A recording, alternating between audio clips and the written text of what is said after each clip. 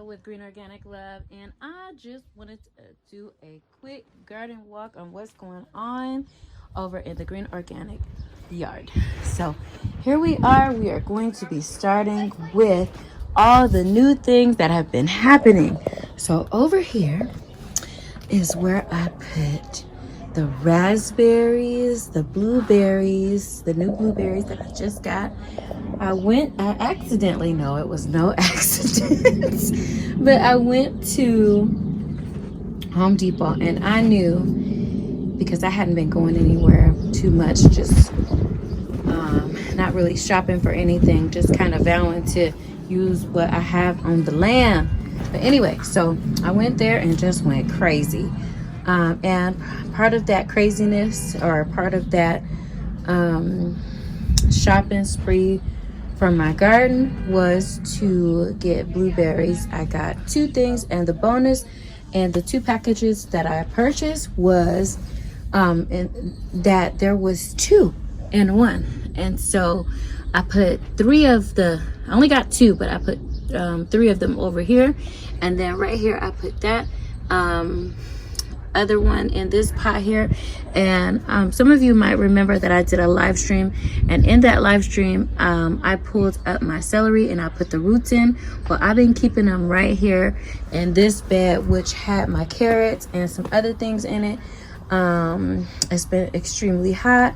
One of them is coming up, but it's going to be raining today, and I'm so excited about the rain that's coming, because it's been really hot. So I'm hoping that I've been doing my best to keep this bed wet so that they will grow, but I don't know. We'll see. Time will tell. That is some marigold over there, and that is some seeds that in that pot that I'm experimenting with. Now, a lot of you was with me when I put this pomegranate tree in, and look, if you look any closer, you will see that it is full of pomegranates. And I did not think that I would be getting any pomegranates from this tree in less than being a year in the ground. But I'm so proud of myself, because I made sure that I prepped this ground really good so it could have a really good start. I amended this soil. I made sure, I knew that I was getting the tree about a month in advance, and before that I made sure that I had this soil would be prepared to receive this tree. So it is doing well. So something I did must be right. There's pomegranates literally all over it, and I'm telling you, there was leaves hanging out all over this little edge right here. So I cut them back. You can see that I cut, because I know that some of you guys that I've been watching that talk about trees, talk about, you know, making sure that you cut back on some of the leaves, because we are not growing leaves, we are growing fruit. And so I did that. I cut back quite a bit off this tree because it's really growing. It is really growing. So I have fed this tree. I gave it some 511, and if you don't know what that is, it's fish emulsion. And let me show you. I learned about that from the New Orleans gardener, Miss Linda, and I have been using it faithfully ever since. And so I gave it that just last week, when I saw that, discovered while I was on my live, that there was a flower peeking out at me. And then I came back and did another assessment, and there was literally just fruit all over it. The wind is about to come in. It is under this tarp that I have right now, and so I'm hoping that most of these fruit will not be knocked off, but I don't know. I'm scared, but I don't know. We'll see. So this bed right here is the lettuce that I was growing, and I didn't eat off of it at all. I just let it go to seed, and I've been kind of just shaking it, because this is also the bed that I allow the mint to go out, because we eat so much of it. And then back there is the sweet potatoes. Now I'm nosy, so I pulled out some of those sweet potatoes, and there are in fact some sweet potatoes that are coming along. So I dug the hole back and put them back in there. And I'm really excited to see. I know that sweet potatoes require a lot of water. So I've been putting about a gallon. I've been measuring it out because I don't want to over water anything. I don't want an extremely high water bill. But I've been putting about a gallon of water on them probably weekly. Because like I said, if the water bill comes in and it's high like that one time it did last summer, we'll be eating off the land for sure. So here is my colors that I put in. They are growing very nicely. I'm so excited. They are doing very well. Ooh, see, when you make these new discoveries, it is amazing to do so. And I get excited. So here is my Anaheim peppers, and I can see that there is a couple coming. I took this all the way back. It was a really big tree, and I took this all the way down, y'all. So I'm excited to see that it's coming back okay. Also, this jalapeno tree, it was pretty tall as well. And while I don't see any blooms coming on it, it is still green and it's still doing very nicely as well. The sweet banana has also developed some leaves because I went ham on it as well. But I'm happy to say that it is also growing back. Now, I also put up most of the onion here. I'm not sure what I'm gonna put in this bed. So I have been leaving it. I left a couple of these onions to seed. And as you can see, I've been getting accessories, as some of you may call them, for the garden. This is trellises and things like that that I might need for my summer garden. Because remember, we are actually heading out of spring, so this will probably be next to the last my 2020 spring garden series. So that is going to be something that I'll be using for the summer garden. But here is my sour lemon tree, and as I told you guys before, it was full of blooms. I recorded the bees actually all over it, and as you can see right here, it is loaded.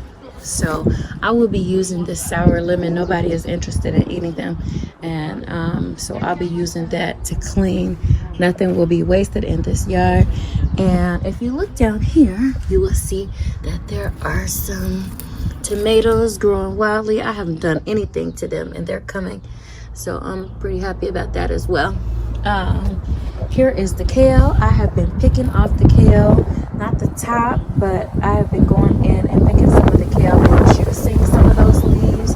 You can hear the wind blowing.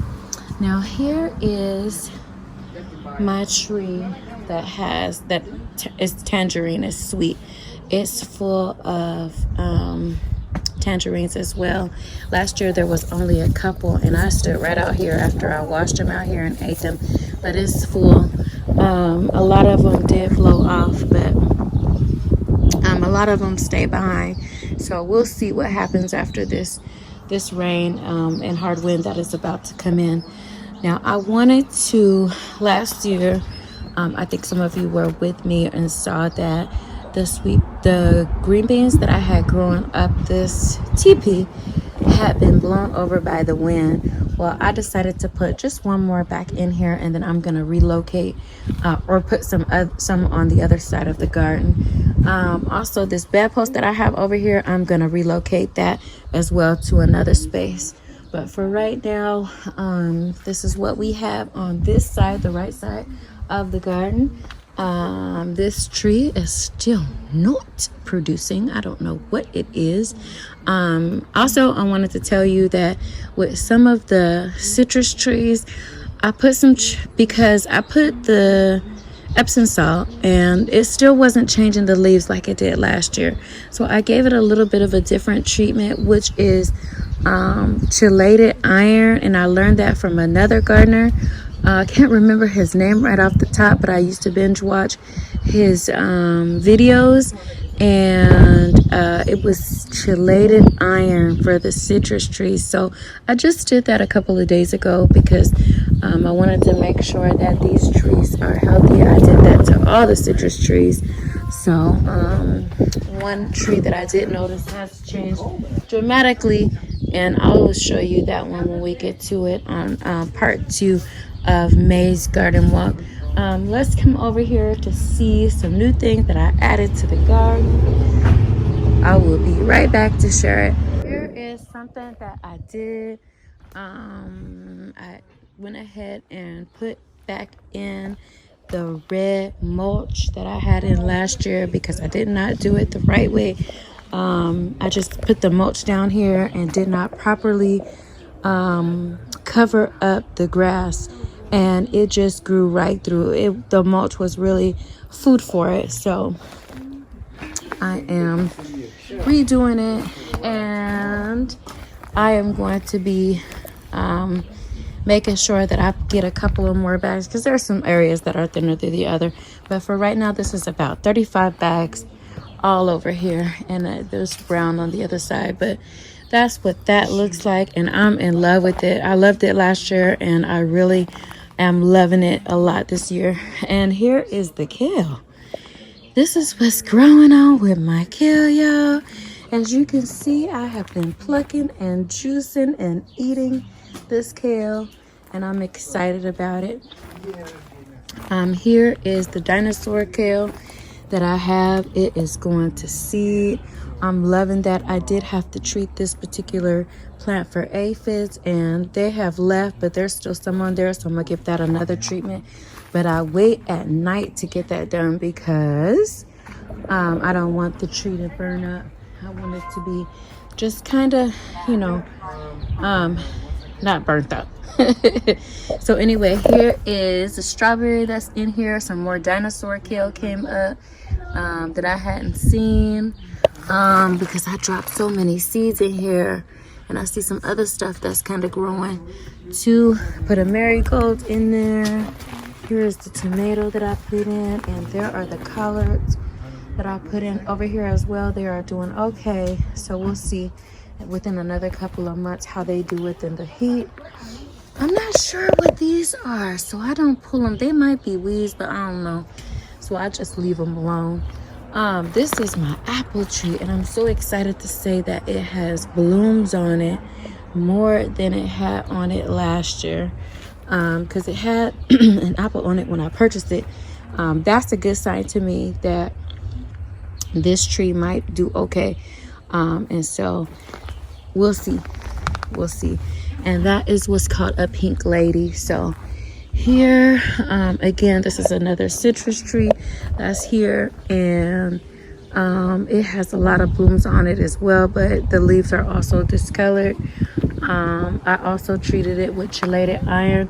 The leaves that are coming in on it aren't discolored, so we'll see how it does. Otherwise I might have to feed it something else. I'm not sure, but because I ain't no tree expert. But back here you can see that I planted a lot of sunflowers. I want the whole back of this area to be full of the gigantic sunflowers, so they are coming up nicely.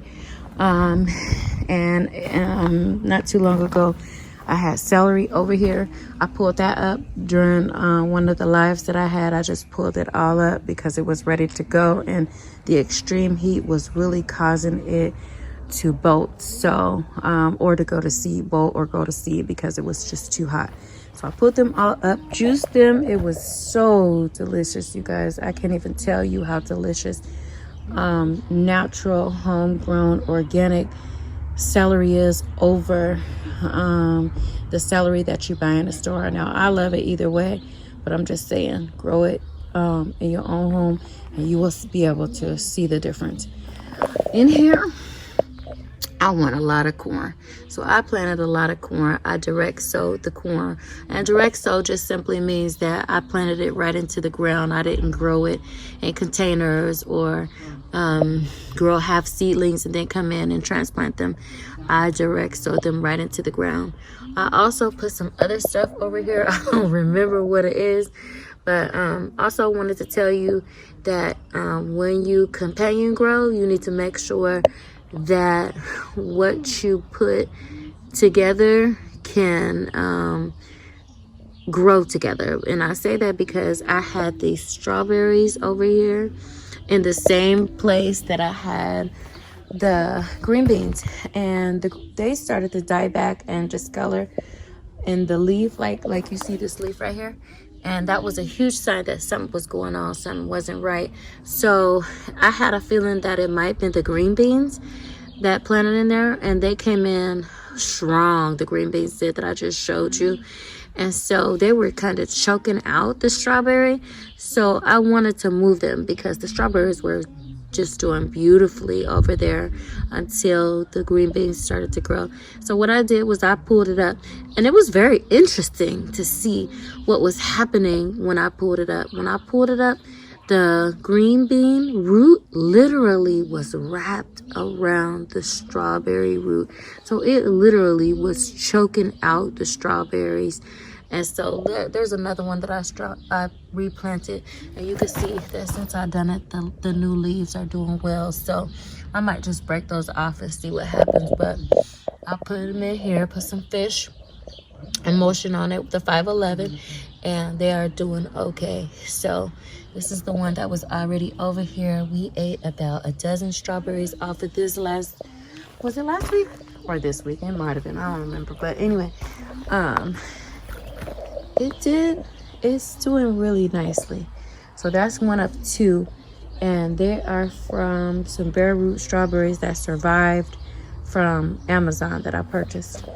I got my hands on some of these big old pots right here, and I got 7 of them, and you will see as we move along throughout the yard that they are spread out throughout. So I'm gonna plant my sweet potatoes in them. My husband brought me a drill, and so I have been drilling holes and everything so that the water can drain out of them properly. So that's what I did. Is there anything in here? Yeah, there's a little bit of dirt in there, but I got a lot of work cut out for me, and that's why I knew my spring cleanup, it was gonna be a mess. So and you will see throughout the garden that you will see that there was a lot of things that has changed. These leaves are also discoloring. I don't have any fruit coming from there. I'm not sure what's going on with this either, but I do know, one thing that I do know is that this peach tree, right from the winter, had leaf curl. And so I read up on leaf curl, and one of the things that I found out about leaf curl is that you have to treat the tree before it actually grows leaves. And so I got the stuff for it, but it was too late. I had already started to see the fruit coming on it, so I couldn't really treat it. But I noticed the new leaves didn't have that, so I was really happy to see that the new leaves don't have the leaf curl on them. You can see the peaches are coming in really nicely. I'm gonna wait and see how this tree goes and how these peaches turn out. I noticed that there is not as many peaches as last year, and that's because I cut this tree way back. It was all the way over those bricks right there into my neighbor's yard, so much so that I had to get most of the trees that were on it. I had to go into my neighbor's yard to collect them. And so I did that happily. Here is the green plum tree. It is loaded. I was going to cut it back, but I'm not. I'm just gonna let it continue to grow with all of the plums on them, and we will see how they are. But again, I also treated this tree, and yes, while it had fruit. And I will tell you why. I've read a lot of things and heard a lot of things that said while the tree is bearing fruit that you shouldn't fertilize it, but I don't know. I don't think that's true. And I don't think that unless somebody comes to me, and you can comment in the comments below and let me know if this is true or not. But as women, when we are pregnant and we are carrying our child, that is the time when we are supposed to have extra vitamins and lactating as well. And so I don't know, I just kind of applied that to trees, and I just kind of thought to myself, why wouldn't you fertilize a tree while it has fruit on it, so that it could have extra nutrients to put toward the fruit. And so I don't know, I just break things down on that level. I could be wrong, and so if I am, and you know what you're talking about a little bit more, because y'all know that I'm new over here. I've only been gardening, it hasn't even been a year yet. So if I've said anything that is inaccurate, please correct me so that I could do better with it. But for right now, I fertilized it. I gave it some fish emulsion, and I also put some Epsom salt on it too. So let me know if I'm doing anything wrong, please, and you know better. And please make sure you bring your explanation with you, because I will look it up and I will make sure that what you're saying sounds right. So anyway, I am getting ready to bring you guys to an end on this video. We are about 15 to 17 minutes in, but I appreciate you guys for watching, and as always, grow with love, everyone. Grow with love.